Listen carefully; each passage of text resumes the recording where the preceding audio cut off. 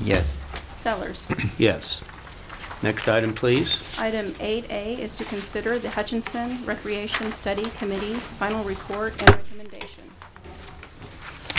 Yes, at this point in time, we would like to invite Eric Steinley, who's the chairman of the Hutchinson Recreation Commission Study Committee, to present his document to the council. I believe the council has had this document for 3 or 4 weeks, and so I think it has been read. But Eric, please comment as you wish. Sure. Thank you, Mayor Sellers, members of the council. I appreciate the opportunity to speak to you today. I think you've all had a copy of the report now for some time and hopefully have had an opportunity to look through it. I will try to keep my comments somewhat brief, but I do want to give you a little bit of background about what we have done. In the spring of this year, USD 308 Board of Education requested that the City of Hutchinson consider combining the current Hutchinson Recreation System, which is an independent system with an independent commission. The USD 308 Board asked the City to consider consolidating the current system with the City Parks Department, excuse me. The purpose was to expand the tax base and reduce slightly the tax responsibility of USD 308 property owners.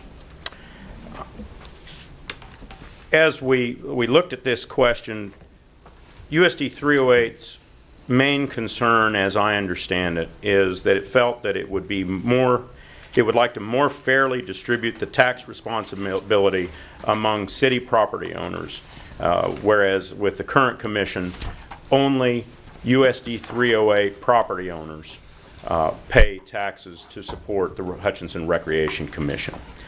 The City Council created the HRC Study Committee to study this issue. That committee is made up of myself as chairman, Chris Barnes, Jade Pyros de Carvalho, Richard Hall, Brian Schmidtberger, Mark Smith, and Eric Sparks. The assignment, as we understood it, was to study whether eliminating the current Hutchinson Recreation Commission and having the city government take over responsibility for providing recreational services in our community is in the city's best long-term interests. We held an organizational meeting and a total of 6 meetings with the committee.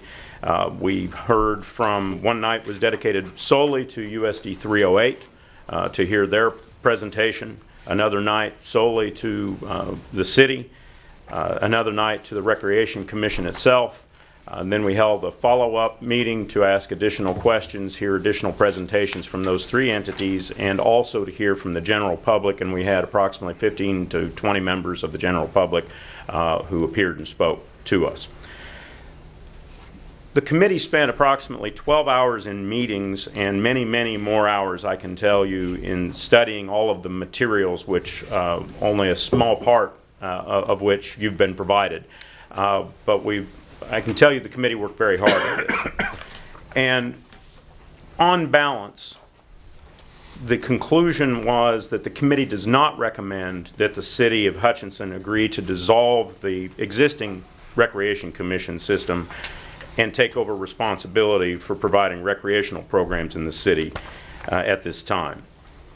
We concluded that, on balance, the disadvantages of taking over those responsibilities outweigh any advantages. The independent Hutchinson Recreation Commission system was started in 1947. It served this community very well for that entire time. We believe that an independent commission better serves this community, and we recommend that the city, in conjunction with USD 308, look at one of the options that was presented, which is the option of creating a joint city USD 308 independent recreation commission that would solve the school district's concerns about more fairly spreading the tax base, expanding the tax footprint to the entire city, so all owners of property within the city help fund HRC. But it would also encourage cooperation among the 3 entities and it would maintain the independent system that exists today. There are some logistical concerns about that option, but we don't find that that those logistical concerns outweigh the benefits. If, however, the City Council or USD 308 choose not to go that route, then we recommend that it be left as it is with USD 308 recreation system in place. Part of the rationale for our conclusion, and I think this is important to understand, the school district, by changing, by moving the responsibility for levying the property tax on USD 308 residents, property owners, to the entire city, does not free up additional funding for the school district. It doesn't save the school district any money. It would, on a $100,000 home, save the property owner of a $100,000 home in USD 308, it would save them $14 in annual property taxes. But it would not free up any opportunity for the school district to raise any additional funds. We respect the USD 308 Board of Education's efforts to look at opportunities to reduce our property taxes. They have a difficult job, and we appreciate what they're doing. But for that benefit, we don't see that there's enough benefit to the recreation system in this community to have the city take on the burden of providing those recreational opportunities when we have an independent commission that has done it so well for so long. I'm happy to answer any questions you may have about the report. Well, I've got, I guess, just one question to kind of follow up on what you were saying, Eric. You say that, well, when this whole thing came about, to me, the number one issue was, would changing this system and merging HRC with the City Parks Department, would it save the taxpayers dollars? So one issue is that it would decrease the burden on a small group that lives within 308, and it would basically widen that burden out to the entire city, correct? 75% of city property lies within USD 308 boundaries. So 75% of the citizens of the real property owners, of the taxable real property in the city of Hutchinson would save $7 on a $50,000 home, right. $14 on a $100,000 home. So it would spread that burden out, even though it might be perceived as a minimal amount. But then the real issue that came up for the potential for savings would be that the city already has a finance officer, an appropriations officer, has management, and that HRC's duplication would, over time through attrition or retirement, would be a cost savings that way to the overall system. True. The question, however, was not asked of us which is cheaper. Okay, I'm asking a question now, though. Do you think that there would be, in your opinion, long-term, a significant tax savings if this merger was to happen, or not? There is the potential for long-term administrative savings, I believe, for the same reasons that you mentioned, Mr. Bush. I don't think that you can deny that if you can combine departments, that there would be some savings, but to what advantage? Because what occurs in a combination or in a merger situation is that there's the independent mill levy, the 4 mills that HRC has used for recreational programs, disappears. It no longer exists. The city doesn't have the opportunity to do that. It would have to raise its own citywide mill levy, its general fund mill levy, to cover that cost. Right. That's going to increase taxes on 25% of your residents, about $40 on a $100,000 home. And the real risk that we see is that in difficult times, when the city starts looking at ways to save and to provide core services, while we have every confidence that this city manager and this city council believe strongly that recreational opportunities for this community are a good thing, there's no guarantee that future city councils, future city managers would share that same view. And so even though there are some potential and I emphasize potential because potential long-term savings, we don't think those potential long-term savings justify the savings of $14 a year in property taxes. And I say potential because we don't know how much savings there may be. One issue to keep in mind is that the HRC has 20 full-time equivalent employees currently and 350 seasonal employees. Now, presumably, the city is efficiently and economically operated. If that's the case, where are you going to find the manpower to hire, manage, provide benefits for all of those additional folks and employees? So I think that there may be there's probably some offsetting in cost as well as some potential savings. In addition, 45% of the Recreation Commission's annual revenue comes from donations. And so I think one thing to consider is whether those donations would stay in place. Now, as you'll find in the report, that too is speculative. I think cost savings as well as revenue losses are at this point speculative. We don't know until we do it what the net effect is going to be. But I think there would be some offset. Okay. And then the second issue that, again, was one of the driving factors of this is that if HRC was merged with the city, would the city be able to run it more effectively or efficiently? And as I read your report, the answer was that your committee's opinion is that HRC is run very cost efficiently and effectively, in your opinion? Yes. In our opinion, we found no evidence and no one we heard from, and we asked that question of both 308 as well as the city. No one was able to tell us that they thought that it was ineconomically operated or inefficiently operated. In addition, when you talk about efficiency, the committee's view is to have an independent commission whose sole responsibility is to provide recreational opportunities in an economical and efficient way. I don't think that a larger organization can do that more efficiently. You may do it cheaper, but doesn't mean you will do it more efficiently. Okay. Eric, I have Go ahead, Dean. excuse me, a couple of questions. You mentioned the general public, and you didn't get a good turnout from the general public, but did you get any kind of a consensus of where they were at, which side they were on? Yes, everyone that spoke to us from the general public said, don't harm the Recreation Commission. Okay. They were mainly worried about programs. Don't eliminate any. We don't want to see any of our programs. We love the programs that the HRC has provided. Please don't do anything that would harm that. That was the general consensus. I also asked of those folks, and I don't recall whether I asked everyone, but I tried to, if you could save $14 on your annual property tax, would you still want the city to take it over? And everybody said, no, not to save $14. It's not worth it to us. Yeah, understandable.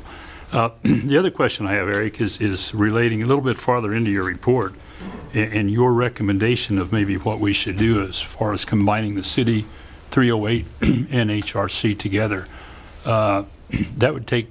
Could you elaborate a little bit on the vote process? Sure. That would go into, and whether or not that's a feasible thing, and you talked about the possibility of the 1% tax would be all we could do, and I know there's been some referendums on that, and I'm assuming at this point that we have a year, because we have until November before we have another election. Well, actually, you have another 64 years if you choose to take all 64 years to do it. The point is, I don't know that there's anything that has to be done immediately. This is an idea that has come about this spring. It's worth exploring. It's worth continuing to work on. There may be a number of logistical challenges, but there may be also logistical solutions. And specifically what you're talking about is the only option that does not require a public election is the combination suggestion, where you simply take it over, eliminate the Hutchinson Recreation Commission, and the city begin providing recreational services in this community. But that's not your recommendation? No, but that's the only I one that understand. does not, and I just want Okay. you to understand, Yeah. that's the only one that does not require a public vote. And Eric, It's just, subject to protest and vote. If you make that, if you decide that by ordinance, and the public could file a protest petition and then subject it to a vote, but Okay. it doesn't require an election immediately. okay, more fully explain what you just discussed for the people watching in the audience on TV, the movement from existing to the city that does not take a vote. The movement from the existing to the city does not take, it's the suggestion that there be a combination with the city recreation department. That does not require a public vote unless there is a protest petition signed by 5% of the qualified voters in the community, and then it would be required to be submitted to a public vote. Okay, what does that process require? 308's agreement and the Yes. city's agreement? 308 would pass a resolution, and the city would pass an ordinance agreeing to dissolve the current HRC and begin taking over recreational opportunities in the community. Okay, so now go on to better explain the process of the Joint Commission approach. I will try. Well. It is a bit complicated, but in the joint, the statutes clearly tell us that the city, the school district can create a joint city-school district recreation commission. Okay, that's not the way it was originally set up. It could have been, but it wasn't. In hindsight, had we known that the USD 308 boundaries and the city boundaries would ultimately differ as a result of unification in 1960 something, probably it would have been done that way, but it wasn't. The statutory scheme doesn't talk about exactly how you deal with this situation where you have differing boundaries. Because keep in mind, at the time, in 1945, you didn't have that issue. You had a city school district that presumably its boundaries were the city, but you didn't have these different unified school districts with differing boundaries that encroached halfway into the city of Hutchinson, etc. So when it was originally set up, it was the same. In order to do anything other than combine it with the City Recreation Commission, with the City Parks Department, it requires a public vote. Now, the question becomes, does it require 2 public votes or 1? I think there are good arguments that that it should only require 1 vote. The entire city, everyone who's a 308 resident, everyone who's a city resident would have an opportunity to vote in one election. I think there's good reasons why you could convince a court, for example, that that's the proper procedure. But what we have pointed out is that there is no clear procedure to do that. And so the possibility exists that some judge somewhere would conclude that it would require 2 votes. 1 vote to create the new joint city school district recreation system, and then once that's created, another vote of the public to dissolve the existing. Now, that's not a very practical statutory scheme, and I think that's why I think you could convince a judge that you shouldn't need to do that, or convince the Attorney General you shouldn't have to do that. But that's the way the statutory system is set up. That's why what we've recommended is that this be studied further. We think that the best long-term solution, which is the question that was asked of us, the best long-term solution is a joint city 308 recreation commission, independent recreation commission in this community to provide recreational services. One possibility, because these statutes are so old, Mayor, is a legislative solution. Oftentimes this is done in various areas, but where we would ask our legislators to create a statutory amendment that says cities of the size of greater than 30,000 but less than 50,000 can have 1 election to make this combination and make it function. It's done actually fairly routinely in the statutes, and is one option, and frankly, probably the best option if we can convince our legislators to do that for us. Okay. If that 1 or 2 votes was accomplished, would then the taxing authority for the HRC move to the city? The city would levy the tax. It would not be a city tax. The statutes specifically say that it's not a city tax, it's not a school district tax, it's an HRC tax, but you're the levying entity. So you would levy it on all real property within the city limits, yes. But presently, 308 has the ability to decrease that levy. So if the suggestion that you're making occurs, then the city council would have the potential to decrease that levy. I don't think the city council can do that independently. I'd have to look at that again, Mayor, in the statute. But as I recall, the HRC certifies its budget, and then it is the responsibility of the city council or the school district, in the case of an independent, to levy that tax. It cannot be raised without the consent of the respective governing entity, independent governing entity, either 308 or the city council. But I don't think you can unilaterally reduce it. The only way it can unilaterally be reduced is through a protest petition submitted by 5% of the qualified voters of the community. Okay. This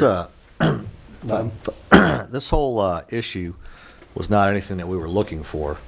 It was actually kind of put on our desk by 308, and that's fine. I mean, it's an issue worth looking at. But I guess my question is, having come up with this report, having submitted it to the different bodies, have you had any feedback or comments from officials at 308 that you could share publicly? I guess I'd like to know what they think about this report. I don't know that I have anything. I've exchanged emails with Mr. Fangman. Who is? He's on the. I think, is he school board president? No, he's just a member. Yeah, he's a But school I board believe member. he's the representative from Right. 308 to the HRC Right. board. Is that Yes, right? that's right. He's on the HRC board. I mean, he just asked questions about sort of the same issues, the logistical issues that we've talked about here.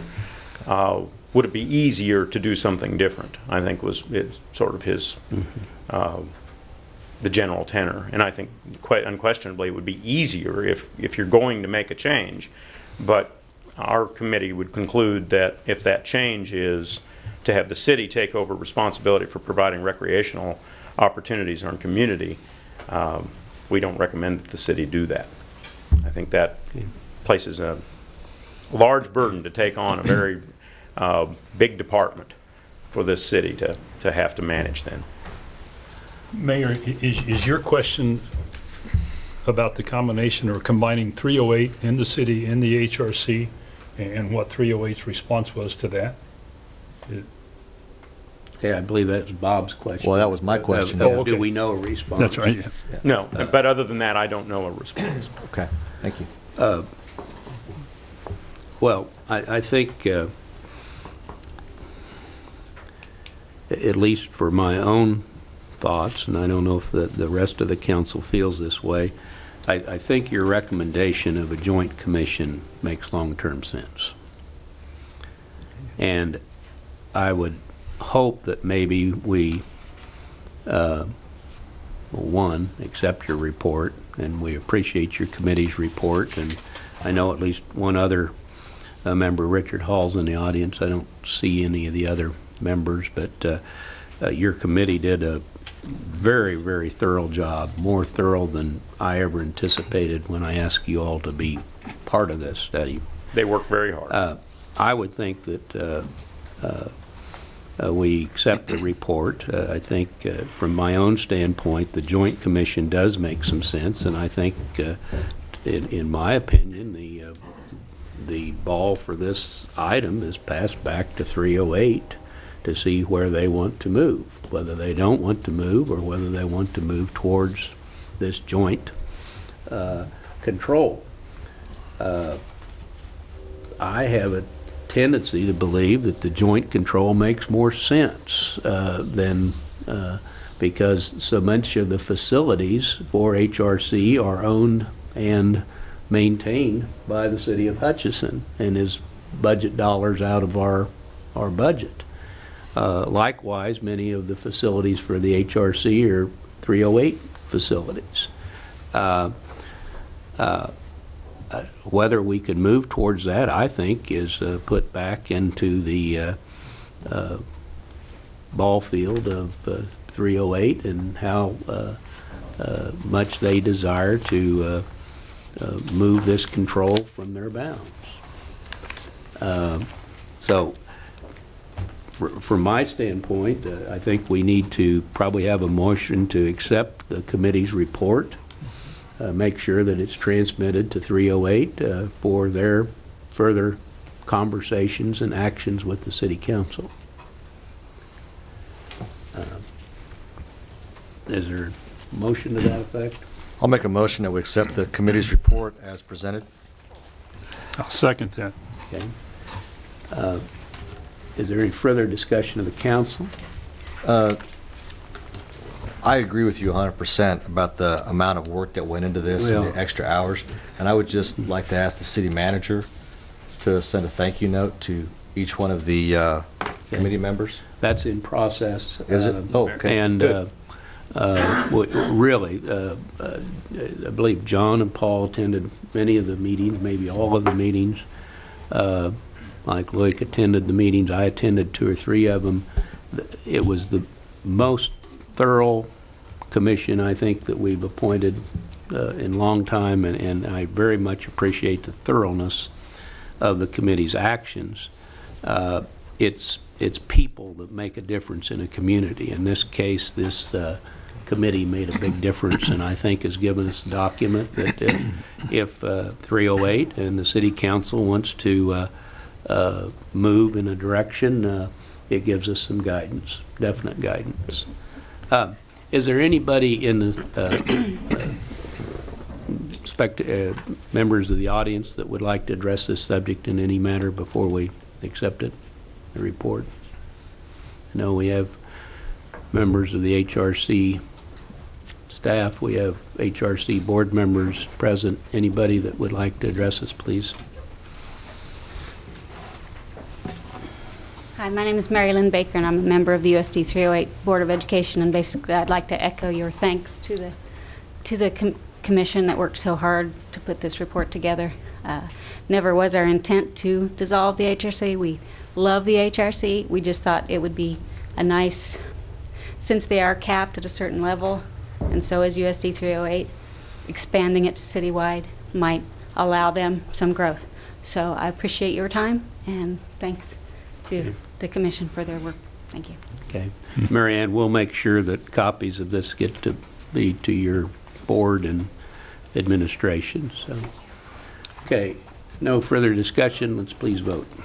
Brigman, I also want to echo the mayor's comments and Mr. Bush's comments. I greatly appreciate what you've done, Eric, and your whole committee. So I vote yes.